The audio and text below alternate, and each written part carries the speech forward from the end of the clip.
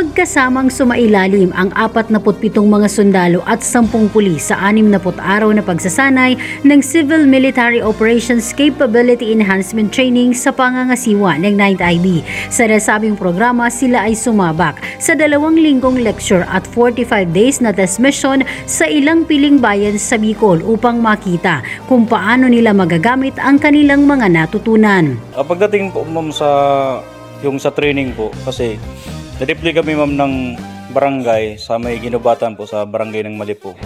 Lahat po ng training ay yung mga lectures doon po sa 2 weeks na lecture ma'am. Pagdating po namin ng barangay, ni-apply po namin siya lahat from the beginning.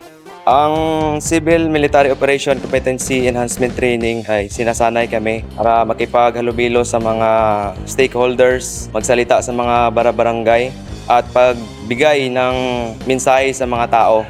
Sinusubok sa aktibidad kung paano nila nagamit ang 3 sangay ng CMO sa kanilang operasyon, kabilang ang Civil Affairs, Public Affairs at Psychological Operations. Kung pwede, walang labanang mangyayari.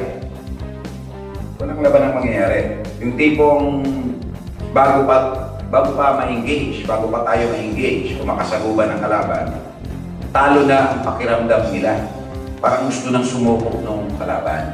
Yun ang CMO. Ang CMO set ay programa ng 9th ID na may layuning palakasin ang kaalaman, kasanayan at kakayahan ng CMO operators upang manalo sa anumang military operations.